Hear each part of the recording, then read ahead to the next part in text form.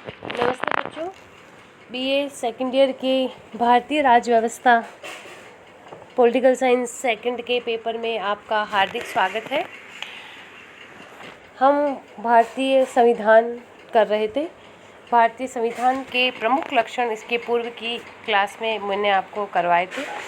आज हम यह देखते हैं कि भारतीय संविधान के प्रमुख स्रोत क्या थे।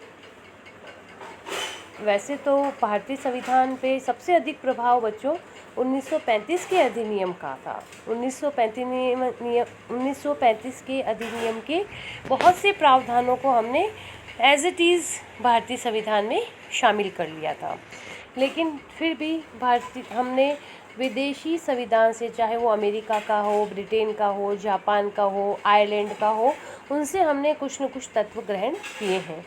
तो आज हम देखते हैं कि हमने दूसरे देशों से क्या ग्रहण किया है। और बच्चों, ये आपके सामान्य ज्ञान के हिसाब से आप कोई भी कंपटीशन एग्ज़ाम जब देंगे तो एक क्वेश्चन ऐसा पूछा ही जाता है कि हमने संविधान में मौलिक अधिकार कहाँ से लिए हैं, हमने नीति निर्देशक तत्व कहाँ से लिए हैं। तो ये आपके सेकंड ईयर के हिसाब से तो उपयोगी है ही।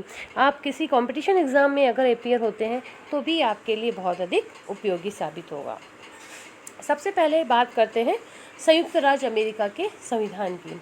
बच्चों, संयुक्त राज्य अमेरिका के संविधान से हमने मौलिक अधिकार, न्यायिक पुनरावलोकन, संविधान की सर्वोच्चता, न्यायपालिका की स्वतंत्रता, अर्थात न्यायपालिका की स्वतंत्रता के साथ साथ न्यायिक पुनरावलोकन भी। न्यायिक पुनरावलोकन में आपको स्पष्ट कर दूं बच्चों कि संसद द्वारा पारित कानून और कार्यपालिका द्वारा लागू कानून की वैधता की जांच जब न्यायालय के द्वारा की जाती है तो हम उसे न्यायिक पुनरावलोकन कहते हैं। तो इसे भी हमने संयुक्त राज्य अमेरिका से ही ग्रहण किया है। निर्वाचित राष्ट्रपति एवं उस पर महाभियोग, उपराष्ट्रपति, उच्चतम एवं उच्च न्यायालयों के न्यायाधीशों को हटाने की विधि एवं वित्तीय आपातकाल हमने अमेरिका के संविधान से ग्रहण किए हैं। फिर आता है ब्रिटेन। ब्रिटेन से हम बहुत लंबे समय तक शासित हुए हैं, तो नेचुरली वहाँ का हमारे संविधान पे बहुत ज़्यादा इफेक्ट पड़ा। हमने वहाँ से संसदात्मक शासन प्रणाली, एकल नागरिकता एवं विधि निर्माण प्रक्रिया ग्रहण की है। बच्चों, हमने भले ही हमारे यहाँ संघात्मक व्यवस्था न हो, क्योंकि मैंने आपको पहले भी स्पष्ट किया कि हम भारत के संविधान में कहीं भी नहीं कहा गया है कि हम संघात्मक राज्य है, वरन भारत को राज्यों का एक संघ बताया गया है। तो हमने दोहरी नागरिकता नहीं अपनाकर हमने एकल नागरिकता को अपनाया है, जो कि एकात्मक व्यवस्था का लक्षण है। फिर बात करते हैं हम आयरलैंड के संविधान की। आयरलैंड के संविधान से हमने नीति निर्देशक सिद्धांत, राष्ट्रपति के निर्वाचक मंडल की व्यवस्था, राष्ट्रपति द्वारा राज्यसभा में साहित्य, कला, विज्ञान तथा समाज सेवा इत्यादि के क्षेत्र में व्यक्तियों का मनोनयन, जो 12 व्यक्तियों का राष्ट्रपति के द्वारा मनोनयन किया जाता है राज्यसभा में, वो पद्धति भी हमने आयरलैंड से ग्रहण की है। इसके अतिरिक्त राष्ट्रपति को जो आपातकालीन शक्तियाँ प्राप्त है वो भी हमने आयरलैंड से ग्रहण किया है। फिर बात आती है ऑस्ट्रेलिया की। ऑस्ट्रेलिया से हमने प्रस्तावना की भाषा, समवर्ती सूची। समवर्ती सूची वह सूची होती है बच्चों जिसपे केंद्र और राज्य दोनों कानून बनाते हैं।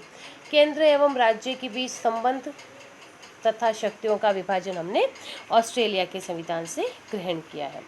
जर्मनी से हमने आपातकाल के दौरान राष्ट्रपति को जो कौन सी मौलिक अधिकार संबंधी शक्तियाँ जो प्राप्त होती है वो हमने ग्रहण किया है। कनाडा से संघात्मक विशेषताएं हमने ग्रहण की है और हमने अपनी अवशिष्ट शक्तियाँ केंद्र को सौंपी है, जबकि बहुत से संघात्मक राज्यों में ये शक्तियाँ राज्यों के पास है, लेकिन हमने कनाडा को फॉलो किया है। दक्षिण अफ्रीका से हमने संविधान संशोधन की प्रक्रिया को अपनाया है। संविधान संशोधन की प्रक्रिया के संबंध में हम आगे और विस्तृत चर्चा करेंगे। सोवियत संघ रूस से हमने मौलिक कर्तव्यों का प्रावधान लिया है। जापान से हमने विधि द्वारा स्थापित प्रक्रिया को ग्रहण किया है, अर्थात विधि द्वारा स्थापित प्रक्रिया ही सर्वोच्च है। जैसा कि मैंने आपको पहले भी कहा था बच्चों कि हमने 1935 का जो अधिनियम था, भारतीय शासन अधिनियम, उससे हमने बहुत कुछ ग्रहण किया है और बाकी विदेशी स्रोत ये हैं जो हमने इन देशों से ग्रहण किया है। अमेरिका से Britain, Ireland, Australia, Germany, Canada, दक्षिण अफ्रीका, रूस और जापान। आप इसे याद कीजिए बच्चों, क्योंकि सेकेंड ईयर के साथ साथ आपके जीके के लिए भी ये बहुत अच्छा मैटर है। आप इसे तैयार करें और कोई प्रॉब्लम हो तो आप मुझसे संपर्क करें। धन्यवाद।